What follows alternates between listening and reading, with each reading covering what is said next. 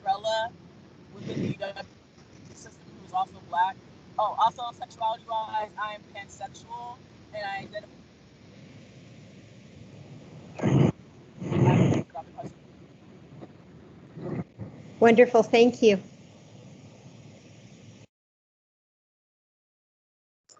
All right, so we'll just jump right into it and get the rest of the questions started. So this is for all three panelists. And so would you classify your school that you're currently at as a predominantly white institution or a PWI?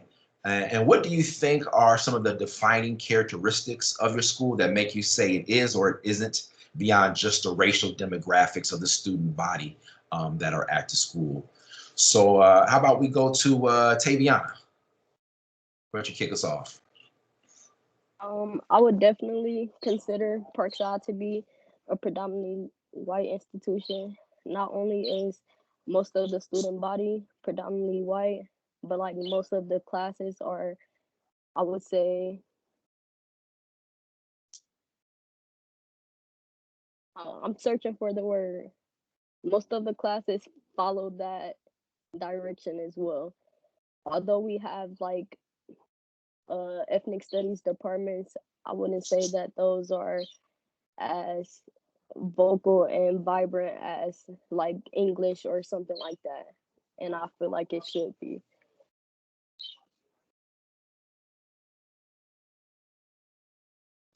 Okay. Um, Hanette, would you want to go next? Yeah, I definitely consider UW Green Bay to be a predominantly white institution. Outside of our like population with the demographics that way. I apologize for the wind. It's super windy outside, so my windows aren't down. It's just the sound. um, the way that my school, well, they're definitely improved since my freshman year. I started in 2017, but we don't really have opportunities of different ethnic studies. Um, the only department we have that's fully developed is our First Nations office, but one of the things, because I used to run a Black Student Union here on my campus, that I would talk to our provost about was about opening either like a certificate program or a minor or something pertaining to African American diaspora studies. I mean, African diaspora studies. And that was definitely something that the school, because Green Bay is a fairly recent UW school in the sense that it was made in like the late 60s, I believe. So there's still a lot of development that needs to be done, but there's not inclusion as far as our various ethnic studies that we don't have like the multiple minors or majors that UW Milwaukee or Madison has for different ethnic studies. Our multicultural center is very small, but there's a continuing expansion upon the amount of students of color that are being accepted to UW Green Bay. So it's quite interesting to see how we're expanding our numbers for diversity, but we're not expanding the resources. But I will admit, since we have our new chancellor here at UW Green Bay, he is making big initiatives to fix that. But yeah, just structurally wise, education wise, and campus culture wise, it's very predominantly white. And a lot of students, especially who come from Milwaukee, that are students of color, they're a bit show shocked. I was as well. We came up here just because it's a whole mindset of coming from a city that's predominantly diverse and being in an environment where you're the only Black person or person of color within your class. But yeah, can you all hear me? Okay, I'm like, I don't Yes. know if you all hear me fine. Okay, cool. Yeah, you're Thank you. coming through very clearly. Yeah, that's very interesting. I had a similar experience. I attended UW Oshkosh and had a similar experience as you did. Very interesting. Tiara, you wanna go next? Sure. I think that yeah, my school is predominantly white. Even though we have a vast majority of most of the students at MATC are black, our faculty is predominantly white. And basically what I'm going to school for, I'm going to school for funeral services director. That is pretty much a predominantly white field. Like you really don't see very many people of color getting into that field.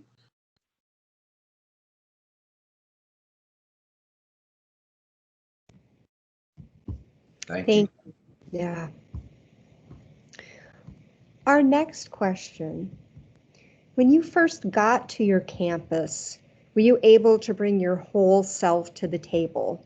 Meaning your sexuality, your gender, religion, if you have one, your class, your race, your ability status in all spaces? Or were there certain identities that were more important or salient at that moment, and others that you were silent about during that first semester of your journey? Let's see. Hanette, would you start us off on that? Yeah, I would love to. For me, coming to UW Green Bay, I was mentioning how like it was a bit of a shell shock for me and some of the few other students of color that I knew, being the first person of color, being the only person of color in your classroom, or within certain environments, if you were to work on campus especially, or even do like sports a lot of the time too. We have like intramural sports that you can do for fun. You'll be oftentimes the only person of color there, and it's a very isolating adjustment. As far as identities, I struggled with my sexuality just because in high school I wasn't very open. I had a lot of internalized biphobia. I used bisexuality and pansexuality a little interchangeably, but I had a lot of that internalized behavior because although I went to Rufus King in Milwaukee, I had a very diverse high school experience as far as being exposed to different sexualities and cultures. I just found that the students who were queer in my high school were very much so kind of like uh, gatekeeping, I guess, what is considered to be a part of that. And there's a lot of biphobia and pansexual phobia towards anyone who likes their same gender and opposite gender as well. So I just felt that I wasn't valid. And I didn't really step into that validity until I started going to my college Pride Center. So that's kind of where I got used to and accepting of my identity for our sexuality wise. Culture wise, I found myself into more of a code switching mindset a lot of the time. I like to joke that like Hanette in Milwaukee and Hanette at Green Bay are two different girls, but I feel like it's a life skill that a lot of Black students have as far as adjusting and coming off as quote unquote non-threatening within the white spaces that you're navigating. So I definitely feel as if like I have to adjust my Blackness when I'm in certain environments within the classroom. But now that I'm in my senior year, I'm a bit more relaxed. It's not in the sense that like I feel more of acceptance from my peers. I'm just kind of in a I don't care mindset so far as like what others think. And that's mainly because I feel like I have a solid group of people who accept me and my culture, whether they are Black or not. Like they don't make me feel as if I have to, code switch in between Hanette from Milwaukee versus Hanette, the college student at Green Bay. So I definitely feel that I was struggling with embracing and fully just having my identities out and display within all the spaces that I entered in college. I hope I answered the question. Definitely. Definitely. Tiara, can you add to that? Sure. I think that um I I'm pretty much a private person. So if I really didn't talk to you, like I was more so focused upon, just staying to myself and doing the things that I had to do. But far as like being able to be open, I've always, if we had that type of connection, you knew that you knew what my sexuality was. But I feel as though that race is more of a problem than your sexual identity, especially at my school, because I feel that that people of color at my school, it's more like they get it's like they get sculpted more, like they pay attention to them more.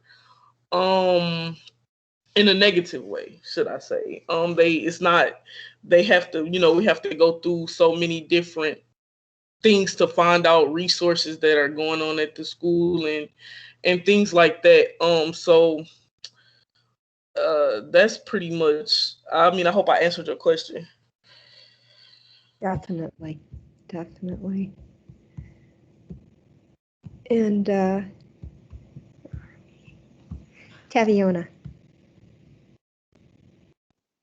I agree with Hanette. There was a lot of code switching at the beginning, but like the more I've grown into my crowd and like figured out the things that I like to do on campus, because like I've been involved with a lot, so like finding my way around campus helped me to be more comfortable.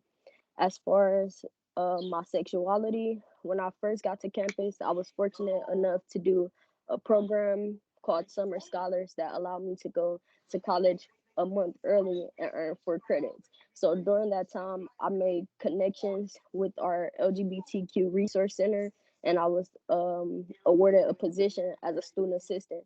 So bringing my identity to the table wasn't as hard as bringing my class and race status to the table. It was a bit more difficult to do that in spaces where I was the only person of color. I feel like oftentimes I'll be looked at differently. I think African American, well, I think people of color, um, I think queer people of color look at all of the labels and etc. a different way than like, well, I guess I should just speak for myself. I'm not very fluent in, well, I wasn't very fluent in the knowledge of like LGBTQ terms and etc. But coming to Parkside, I was able to get more acquainted with that type of knowledge. So I wouldn't say that it was a struggle or anything, but like code switching was definitely a problem, and I was able to um, be comfortable working in a center with my sexuality. I was able to not have that a secret.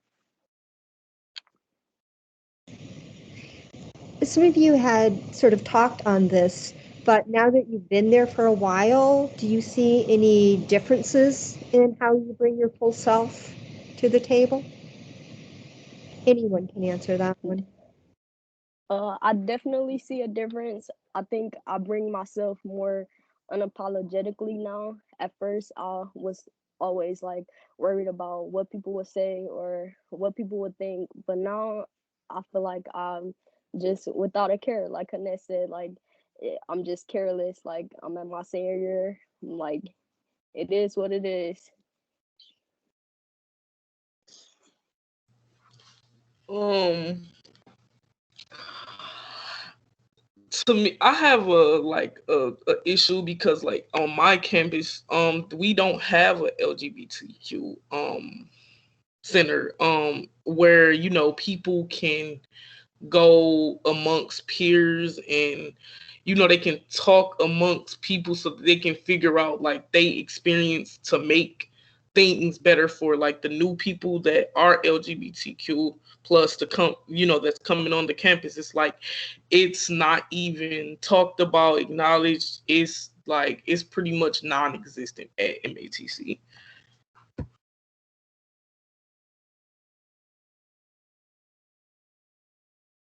Thank you. Hanette, did you have anything more to add?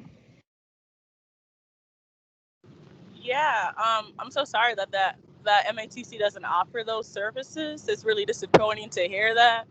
Um, as far as like, can you repeat the question about is it about bringing myself to the table, right?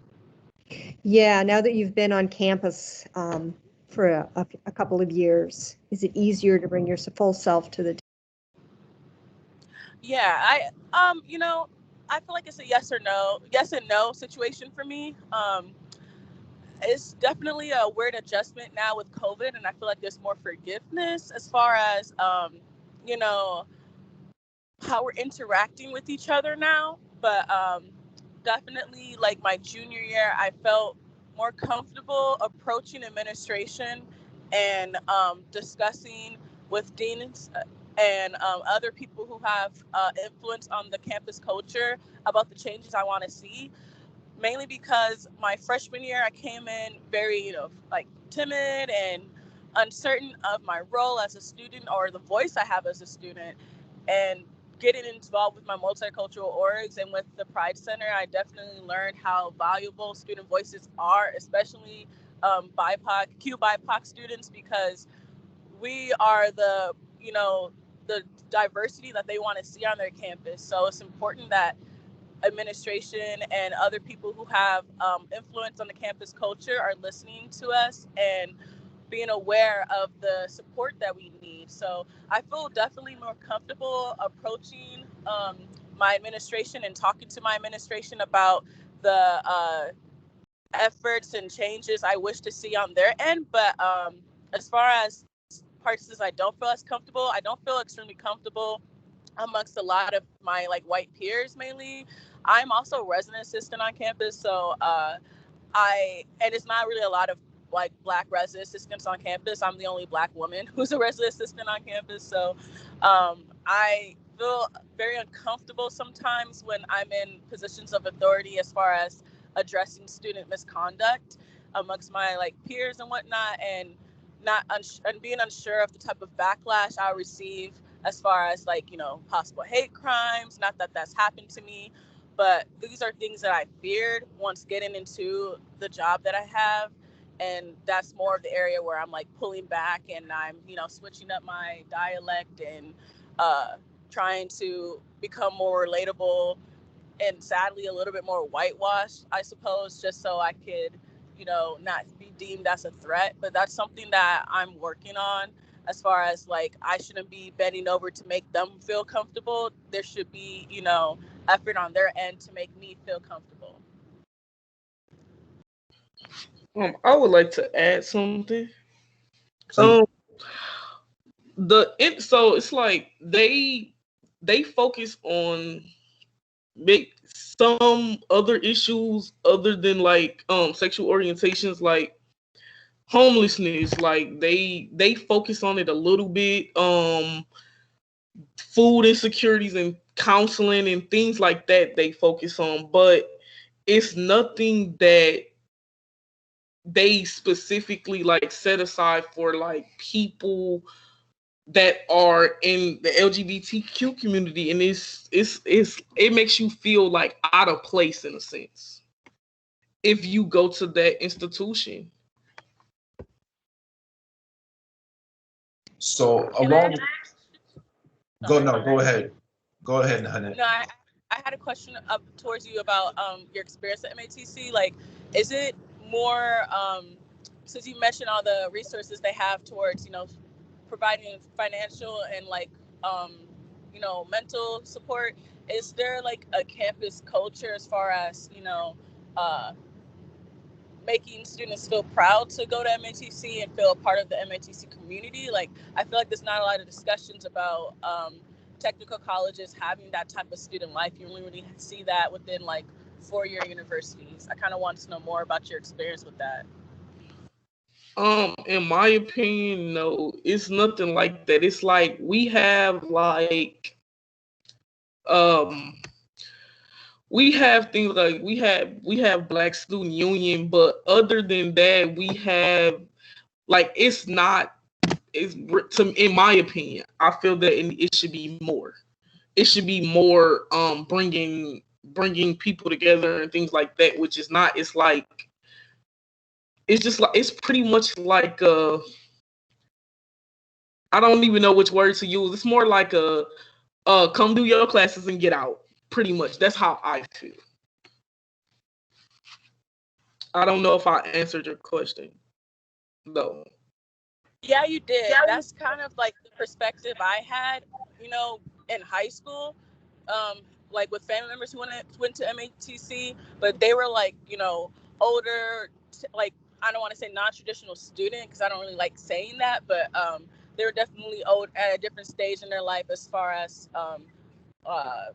being a college student. Yeah. Okay. So in that vein, and this is open to all the panelists, in navigating your campus, do you remember any times you were surprised by what you encountered, whether pleasantly or unpleasantly? Maybe Tavyonia, you want to kick us off? Yes, to both of them, pleasantly and unpleasantly. Um, I start with the pleasantly first. I love how Parkside um allows students to get involved and like allows their voice to be heard. It's a lot of campus employment where students can like put themselves out there and like figure out their interests. So that I was very grateful for. As far as unpleasant encounters, I have been in leadership positions where I have felt like I've been sort of like throwing myself to the wolves. The wolves are administration in this sense. Um, I feel like I was uh like overextending myself more as more as uh like I don't know how to say it. I so what I'm trying to say is I've written a letter to administration about math, and I feel like that was one of the most unpleasant experiences I've had to go through because it was like I was screaming to everyone that I needed help, and like not only me but like other African American other students of color. So what happened was I conducted a survey where I asked students about their experience at Parkside and how they were adjusting to the math classes. We have courses, Math 10 and Math 15, that are like remedial courses that don't count for credit. I had to take Math 15 3 times and I had to pay for it each time. And then we have like a boot camp session where if you fail the test, you are able to go retake it, but you have to pay for that as well. So I feel like I was just like throwing myself to the wolves. I'm telling you, like I'm low income. Um, I'm not grasping what you're trying to teach, and then I'm asking you for help, and you're telling me that it doesn't matter or that it's not as many students as you feel is experiencing the same thing, so it's not as important. Although they have made changes with that, that was like I feel like I'll remember that forever. Yeah. Wow, that's impactful. Hanette, what have been your experiences? Yeah, let me just say I had similar experiences to what you were saying, and it's honestly really disheartening. But as far as like specifics to Green Bay, I definitely, I say like things that stood out to me. My freshman year, I noticed just like I felt uncomfortable and I felt the need to, assimilate into the white culture here on campus because of the microaggressions that I would experience when people were speaking to me. Things that stand out to me was just like my first like week, like not even like classes started, like that freshman move-in weekend. I was picking up my books and I asked one of the student workers who worked at our bookstore to show me like where I could find this aisle and everything. And she immediately just started like, oh yeah, I can help you, bro. I got you, bro. Like hella good and stuff like that, using terms like that. And I'm just sitting here like I felt super uncomfortable. I didn't know how to even express to her like, I speak Valley girl. I'm just messing around, but you don't have to use a language you think I understand or your attempt at AABE. It was just really uncomfortable.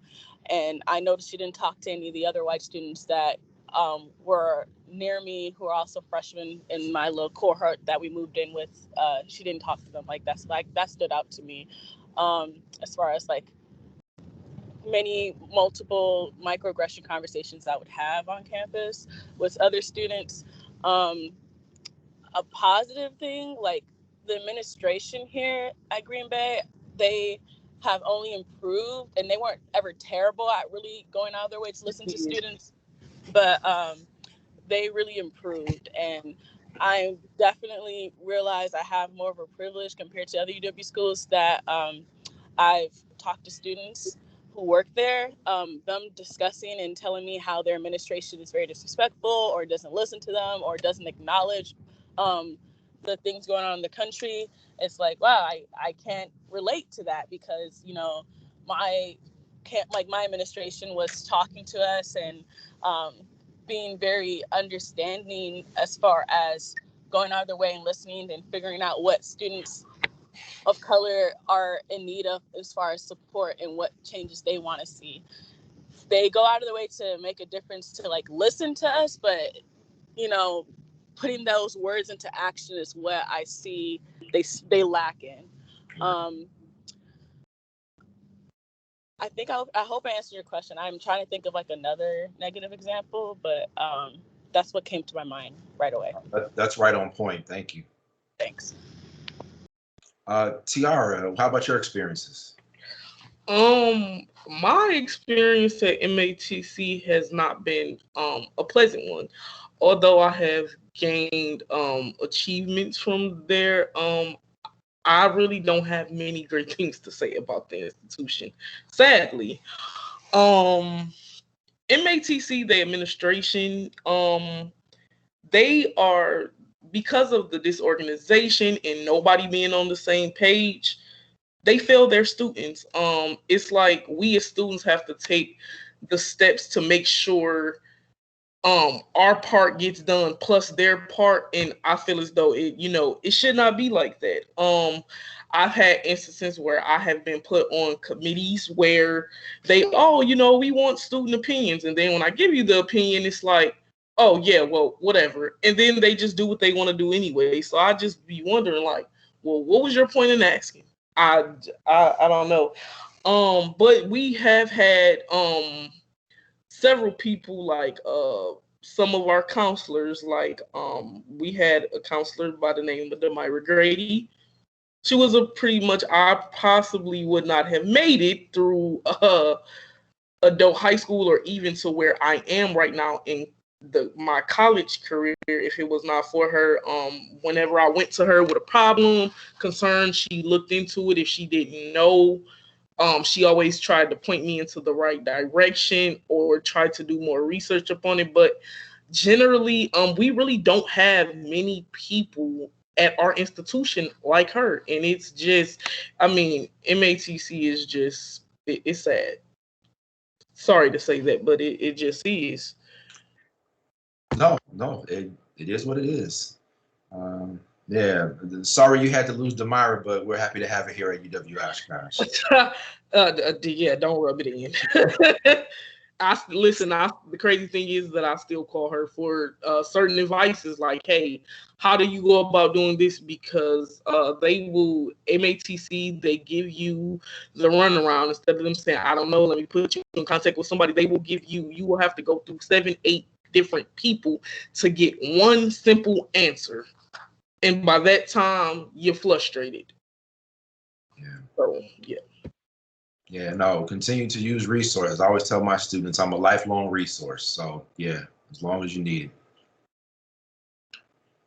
Thank you all. We're never connected to one campus. Where whoever needs us, we're there for them. Yeah. Our next question for you all. What do you think are the most important things for a Black, queer, and or trans person to know when trying to navigate your campus? And are there things you wish you had known before you got to your campus? And Tiara, can you start us off with that? I'm sorry, you kind of cut out a little bit. Could you please repeat the question and then I'll answer? Yes, I can. Sometimes my internet is not as good as others. So, what do you think are the most important things for a Black, queer, and or trans person to know when trying to navigate your campus? Are there things you wished you had known before you got to your campus? Oh, okay. Absolutely. There's things I wish I would have knew. But I think that any campus, the administration and the student body has to work hand in hand. The student body are the only people that can tell the administration basically what needs to be improved to make more students successful and to make things easier for the students. I wish I would have known that MATC, they lack a lot of student and administration relationships.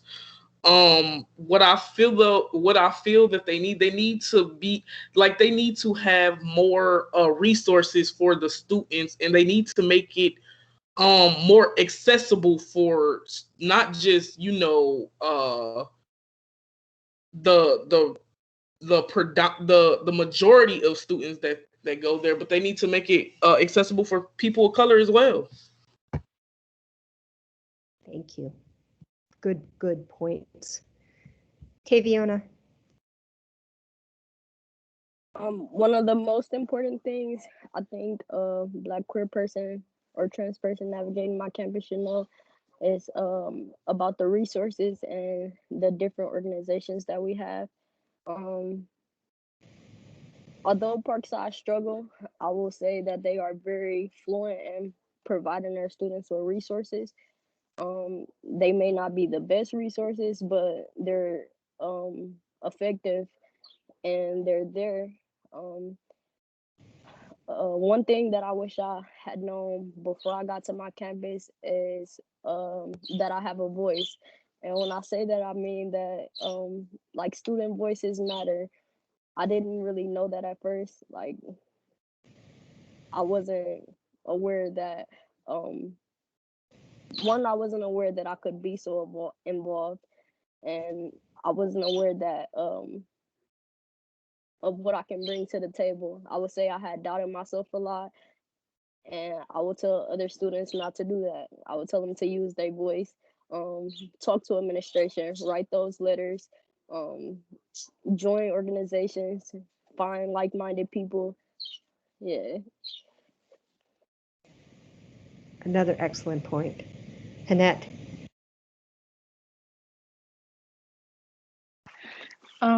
Yeah, for me, I believe that. Can you repeat the second part of the question again? Sorry. I sure can. What do you think are the most important things for a Black, queer, and or trans person to know when trying to navigate your campus? And are there things you wish you had known before you got there?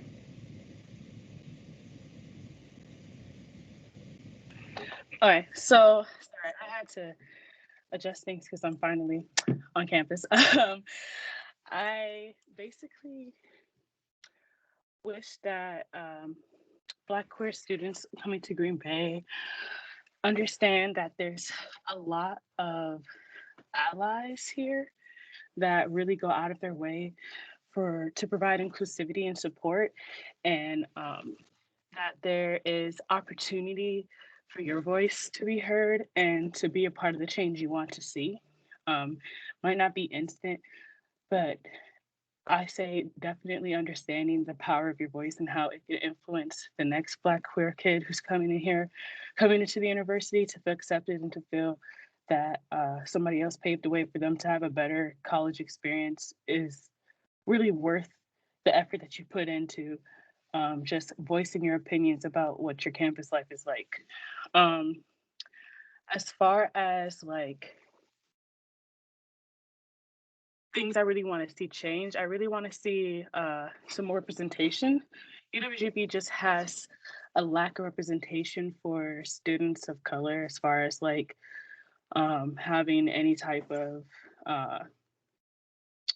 faculty or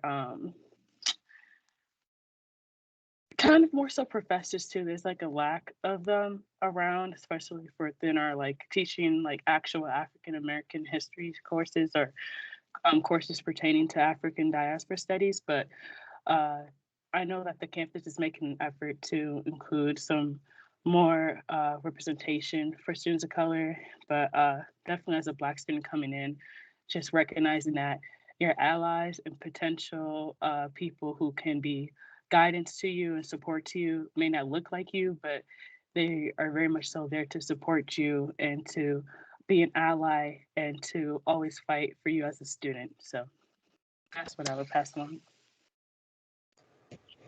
Thank you.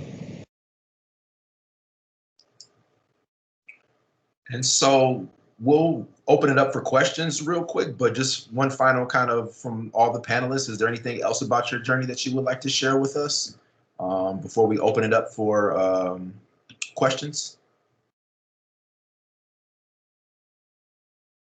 I kind of wanted to like, kind of a shameless plug to my job, but it's very important towards Black queer students especially. My last school year, I got a chance to work with this wonderful organization called Leaders Igniting Transformation that started off in Milwaukee. And they expanded their department from high school to college department for as far as having a lot of college fellows. We have one at MATC. I'm the one here for Green Bay, Stevens Point, we're at La Crosse, Eau Claire.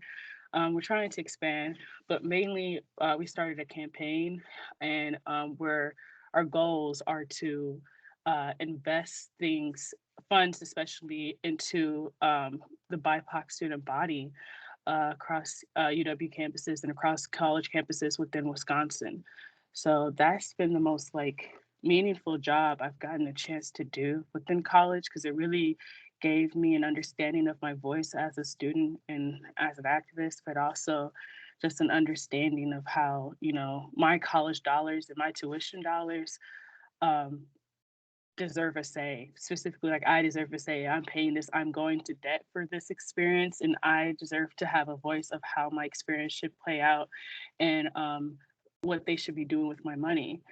And that's just another thing I really wish I understood as a freshman. Not being afraid to be vocal and to, you know, speak up about things that aren't right that you see on your campus, as far as any racial or LGBTQ plus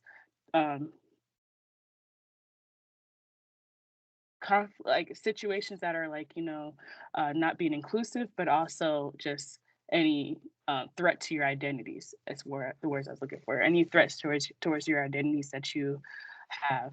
So I just wanted to promote my job, but also say, like, you know, students understanding the power of their voice is really important.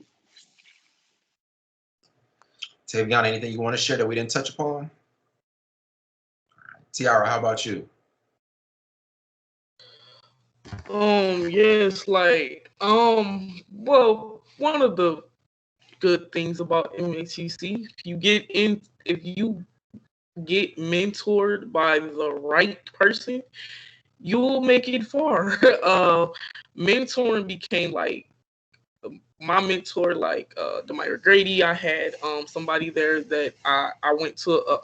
Got into this program for kids with a incarcerated parent. It was called the Right Path program. And basically, just with those two things, it kind of saved my life at MATC. But you know, it was like, you know, whatever I needed, it was like they was right there every step of the way. So I did, however, even though my voice wasn't heard at MATC, I got to do things through the Right Path program where I would go to UW Platteville and speak to the criminal justice class that were becoming cops about racial injustice within the Black community, and the things, you know, just to try to get them to understand basically, you know, what people from the neighborhood, like the actual neighborhood, you know, go through, and you know, just to try to get them to be aware of those things, because when you live in rural areas, you really don't understand that unless you know you grew up in the hood. So in which most of them, you know, they haven't. They've been in the suburbs all their life. So, you know, things like that, it kind of made me proud to know that my voice was heard in certain instances like that. Very good. All Thank right. So I think at this time, Liz, we'll open it up for discussion. People can ask questions in the chat, or you can raise your hand and we can call on you. Anyone who would like to get into this discussion?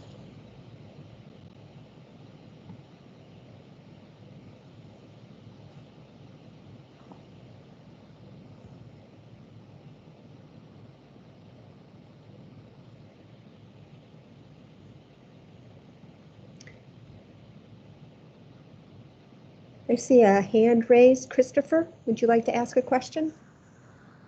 Yeah, hi, my name is Christopher. My pronouns are he, him, his. I am a student at UW Oshkosh, and I just had a question for everybody, whoever would feel comfortable answering. But are there ever times that you feel on your campus that you're more of an activist than a student? And if so, how does that actually affect your academia, your studies, what you're trying to concentrate on when it comes to class, actual classworks? Does it disrupt any of that, or, just kind of how does that play a part into your everyday life?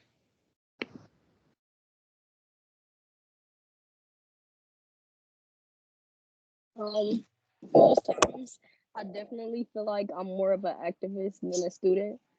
But there's also times where I feel like me playing this quote unquote activism role helps me understand the literature better. It kind of like puts a purpose behind it. Most of my majors and certificates, they coincide with one another, so it helps me like understand, have a deeper understanding of what I'm doing and what I hope to one day be doing.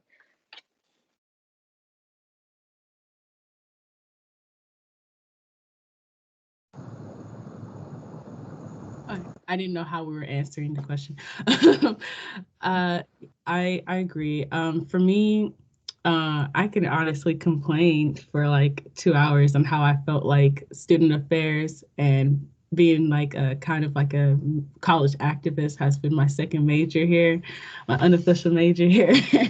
But mainly just I feel like I really started to feel that pressure towards the end of my freshman year going into my sophomore year because I had wanted to be a vice president of our Black Student Union, but I got appointed to president because someone ran against me. No one was running for president. But I kind of, felt very much so like, pushed a little bit into those roles, mainly because there was a lack of those student of color leaders. And a hard thing that I struggled with that it started to feel overwhelming and that I was more of a student activist than an actual student here when I struggled with learning how to say no to being a part of certain things in which they wanted a student of color voice to be heard. And it's definitely a problematic issue we have here within UW schools because, there's a lot of like automatic assumption that if there's very few students of color within a UW school that, they all have to bear the burden of, advocating for themselves and vocalizing the change that they want to see and just kind of doing a lot of the heavy lifting just to feel a part of the community and to feel inclusive. It doesn't really feel like there's equal parts on the administration or those who can actually change the culture on campus, like with the laws and whatnot. Like it doesn't feel like a lot of that's on. It kind of feels like there's a lot of pressure more so on students of like, well, what do you want to see? Like, why haven't you done the research to figure out how you can create an inclusive environment for me, for students like me? I shouldn't have to experience it and then tell you that, hey, I noticed that there's like, barely any people here that look like me that works for you guys. Maybe you should change that. There should be knowledgeable people who went to school for this and who are working for the university that should be doing this. And it gets very frustrating because like I view UW schools overall as PWIs because there's not a UW school that I can think about. If you know one, let me know that is extremely inclusive and have a high diversity population compared to like the white student body population. So I feel like everywhere there's a struggle. It just depends on the school's budget and how big they are and how much of a multicultural student body they have that they can actually start creating goals and initiative that caters towards that student body. So it's that burden I felt as far as, feeling like an activist and having to, step in and use my voice or otherwise nothing will change was a challenge, but also a blessing in disguise, because I really got a chance to find who I am as a leader and who I aspire to be and figure out the career I want to go into with my major, because I really was uncertain of things. But the pressure is definitely there, and it definitely is hard a lot of the time, but I feel like it really adds pressure to like the diamonds, like BIPOC students are, I guess. But it shouldn't be a forceful thing if a student doesn't want to do that. If that's not something that is their passion or that they care about, because I'm very passionate about this type of stuff, they shouldn't be forced to do that, and they shouldn't feel that nothing's going to change on campus unless they have to step into the activism role. I'm also not a huge fan of forcing others into doing things that the school should be doing if that's not really the type of involvement they want to have on campus.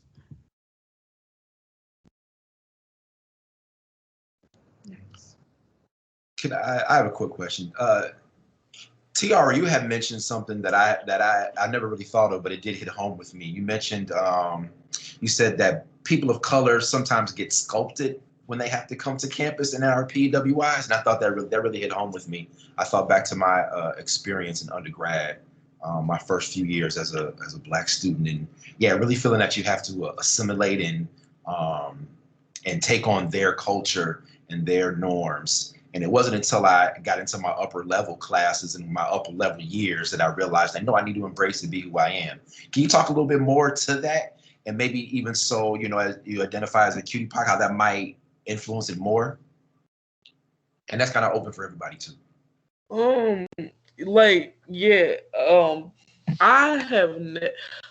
have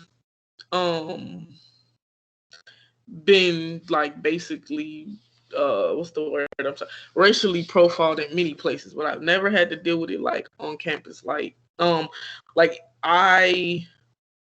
was like in a sense I felt as though like I had to basically let the public safety at my campus like get familiar with seeing me, so they would know like, hey, she's not a threat, she's just a cool person, she's just trying to get her get her studies. But it has been it was a struggle when I had first came there. I felt like it was just like they was like zooming in, like we know she gonna do something. We're just watching, we're waiting. And it kind of makes you feel very, very uncomfortable. But I just feel like that all pretty much in like within the region, like she said, I wanted to piggyback a little bit off of what Hanette was saying about, I feel like all schools in Wisconsin are PWIs. They don't really they have certain resources that benefit people of color, but they don't have resources that pertain specifically to people of color. And I think that is important because it's a lot of these institutions that people of color they go to, and it shouldn't be like a struggle to get resources to help people out, especially when you want to see when you want your institution to have a great reputation, high graduation rates and things like that. You get those things by understanding and looking at not just your majority of student body, but your whole student body. And that does include people of color.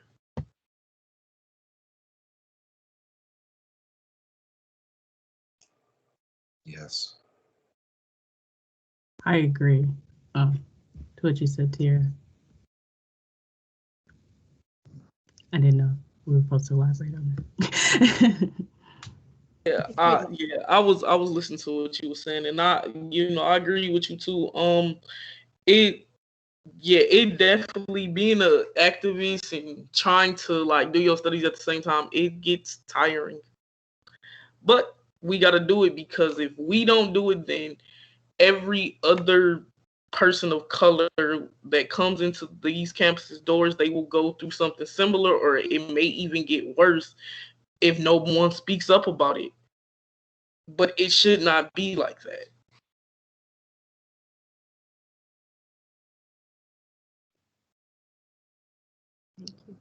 So there is a question online from Rebecca for all y'all.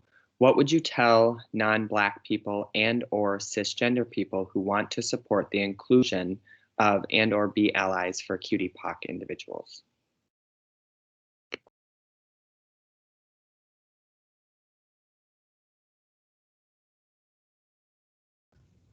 I don't mind starting off.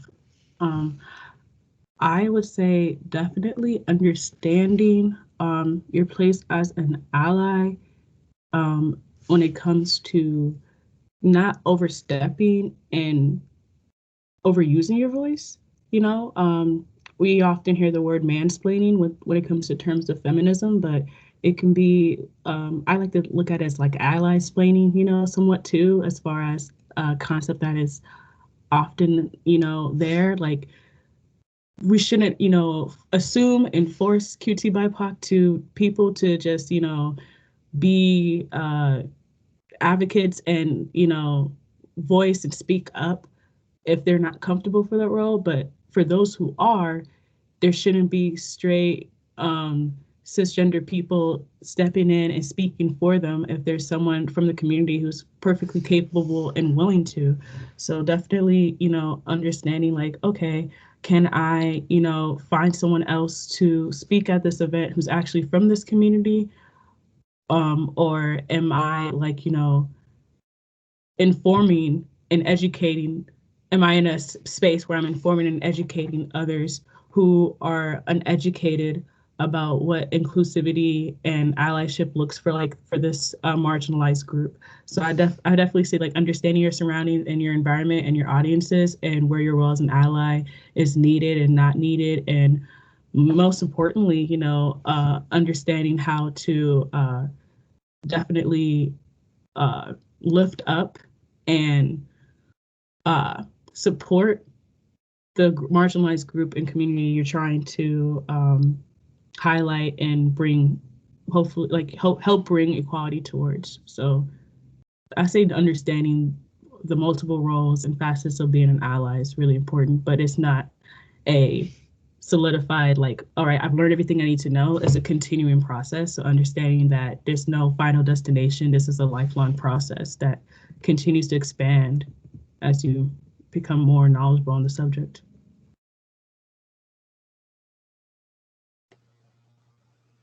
Couldn't agree more. That was well put. That's how I felt with the last question you answered. I mean, pretty much basically she touched all the bases. I mean, I think that that they it has to be it just the vast majority of it is gonna be support, because I feel as though you can't you can't speak up on certain things if you're not the one that's directly getting impacted by it, because you don't know. Like, you can say, oh, you know, I think this is wrong, or, you know, I know this is wrong, but you can't, if you directly can't speak up on it, I feel like you should just be there to support and have our back or whatever, or what's. I would suggest allies to read up on LGBTQ experiences. I would suggest them to make themselves knowledgeable.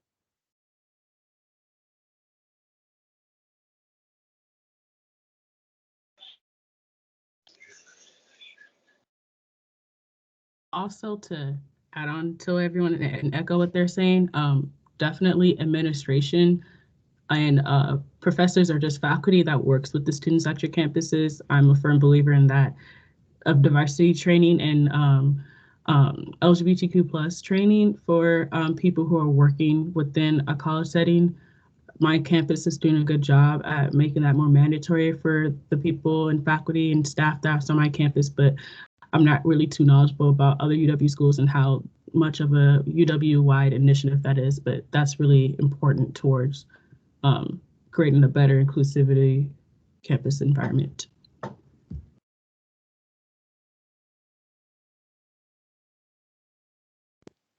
Thank you. We have another question online. Each of you are earning degrees in different areas. What courses were not offered that would enhance your academic experience? For example, campuses should offer history courses that include Black voices as well as humanities. But what other courses do you wish the schools offered specific to queer and/or Black career development? I don't mind starting this one off. I think that it needs to be like more Black professors. I feel that it's not enough. Especially when we're talking about history and things like that. It needs to be more it needs to be more of people of color presence on campuses. I mean, I just wouldn't like to see, I would like to see somebody that I could relate to in a sense on campus. More of people that I could relate to on campus. Sorry.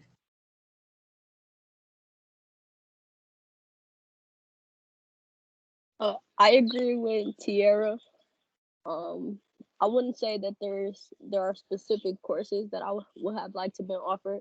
I would say that I would have liked to see professors of color teaching courses that are offered. Like one of my majors is psychology, and all my 4 years at Parkside, I never had a psychology professor of color. So I think it will be beneficial to see people of color in the spaces that I want to be.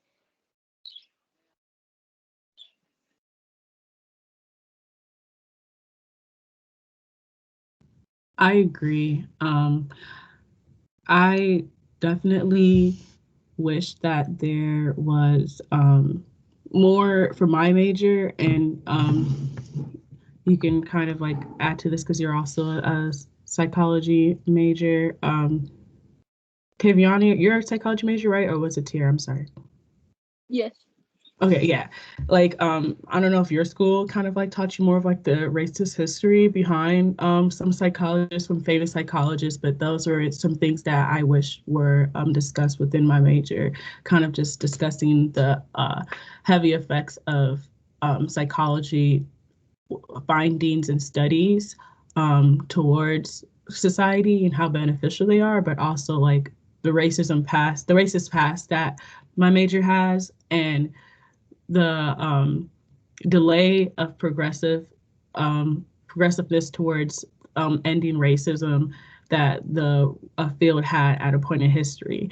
So I just wish those were things that were discussed, and then like having that, and then having like a like understanding of psychologists who are doing studies and who are in the field that are trying to give beneficial research and understandings towards the QTPOC field, as far as understanding where the disadvantages we have and the environments that needs to change in order to see inclusivity and equality within spaces. But definitely, I wish that there was more geared, like programs or classes geared, not programs, classes geared towards addressing the racism, but also discussing the game changers and those who are adding more beneficial practices to the field. But also, I wish that I had more African American class options, or just something more within the African diaspora, because I would have loved to take that on as another major or a minor. So I definitely had, geared towards human development and women and gender studies, because those are other interests I cared about that affect like my perspective of society and the field that I want to go into. But I wish that UW Green Bay had that, and like was mentioned earlier, more Black professors especially.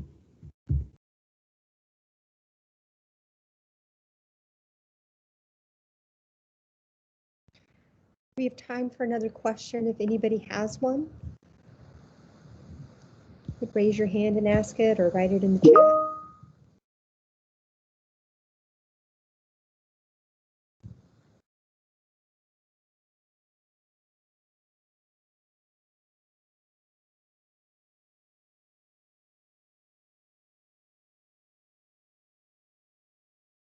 seeing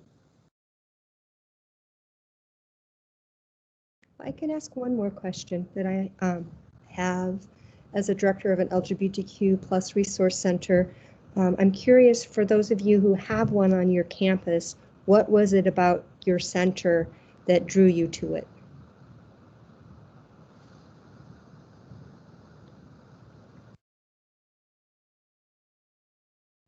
For me, honestly, it was just opportunity.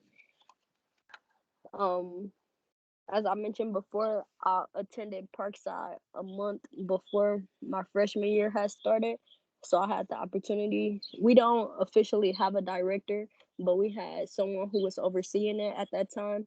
And she had like told me about it. And she was telling me how it was the person that was working as a student assistant there my freshman year, well, the month before I had came, was graduating.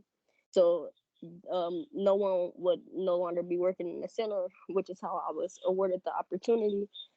So if I hadn't been awarded the opportunity, the center probably would have vanished.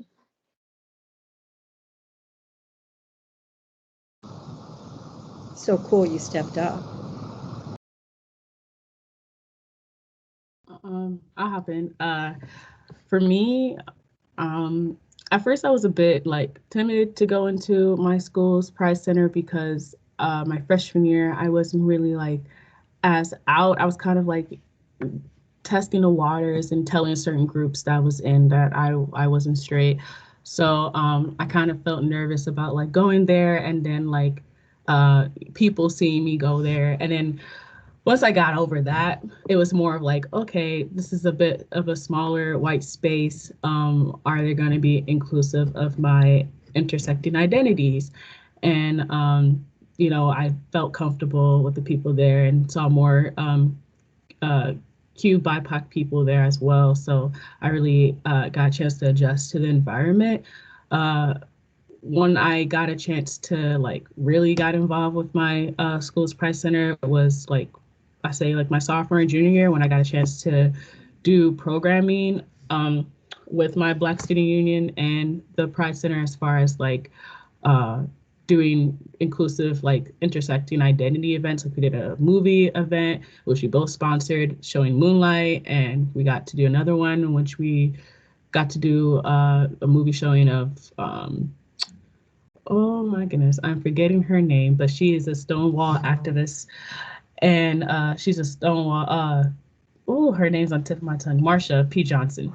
We showed her movie, and those are like really cool events for me to really showcase that the Black Student Union on campus was very much so a place where we were accepting of intersecting identities, and that students shouldn't have fear or uncomfortable mindsets of not being open with their sexuality just because there's a lot of internalized homophobia within the Black community. So I really wanted to build and create an environment and work with my school's Pride Center to, show that students can feel comfortable within either the Pride Center space and the Black Student Union space as far as knowing that people accept both of their intersecting identities. So that's kind of how I got in touch with my school's Pride Center, and now I'm an intern there, and I like it a lot. Thank you. Can I say something? Oh, please, Tiara. I think that the Pride Centers are great. However, I think that we need more spaces where the LGBTQ plus could go somewhere. They can have somewhere to go and they feel safe. And they don't have to feel like, they're being judged or singled out and things like that. Because there is, like she said, it's a lot of homophobia going on. It's a lot of people that are actually doing hate crimes and things like that. And it should be more than just centers on campuses. They should have like spaces where people can go and just have somewhere where they can be themselves and they can talk about issues that they are struggling with, or um have somebody who have struggled through those same problems to try to get, to try to see how they can navigate through those problems. Really good point. We need more than just one place for that. It doesn't have to just be a Pride Center. Really good point. Can I add to that? Please. At Parkside, our center, so it is like a resource center, but we have like a safe space where students can come and like chill and do homework. And then we have a program where it's called Safe Zone, where faculty and staff are trained on LGBTQ language, everything LGBTQ. Faculty and staff are trained on it, and they are awarded a triangle, and it basically signals, it basically is a signal for students to let students know that those places are safe for them to go. Nice, nice. And I know you've got that program at Green Bay as well. And we have that at Oshkosh too. The only thing that I don't like about it is that it's not really geared towards students at Parkside.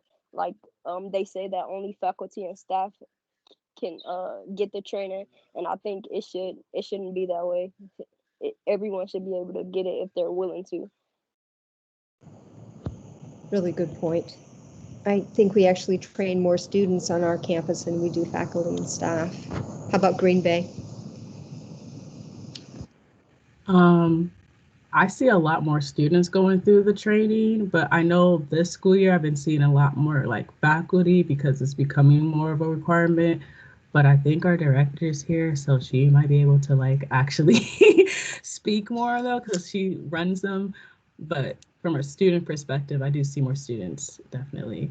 Oh, hey, Stacy. We do have training for both staff and students. I like to have them combined, but it's very often that I will be training a department at one time, so students wouldn't see that. Like the Crest Center, which is our athletic institution, I trained, gosh, it was 150 staff and one sitting with one of our interns, Liv, last year. This year, gratefully, they're breaking it down to smaller groups, but I'm going to have several groups. I'm going to have a group of 50 very soon, but they do work better when you have the staff and the students combined. Much more meaningful. Thanks. Thanks, Stacy. Cool. Oh, I'm not seeing any more questions. And so before we end, I want to remind everybody that in the chat, you will see both a program evaluation for everybody to fill out. And also, if you are a UWO student on any of the 3 campuses who identifies as QTPOC, there is a survey that we would love for you all to fill out as well.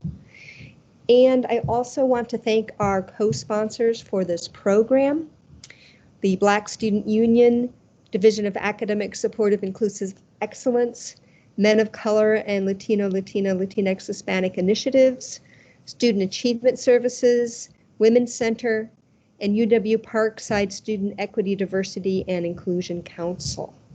But most of all, I want to thank the 3 of our panelists. You have been absolutely amazing. And thank you for doing this emotional labor for us and joining us today. And I really hope in the future we have other opportunities to connect. Byron, was there anything else you would like to say? No, you summed it all up. That was perfect. Again, just thank you to all the panelists and all of those who attended. This was a really great program. Excellent. Thank you, everybody. Thank you for this opportunity. I really appreciated it. And I thank you for the other panelists, Tiara and Tavyonia. Tavyonia, sorry if I mispronounced your name, for also being on the panel. Yes, just thanks for the opportunity. Good luck on you guys' journey, panelists. And it was great doing panel with you guys.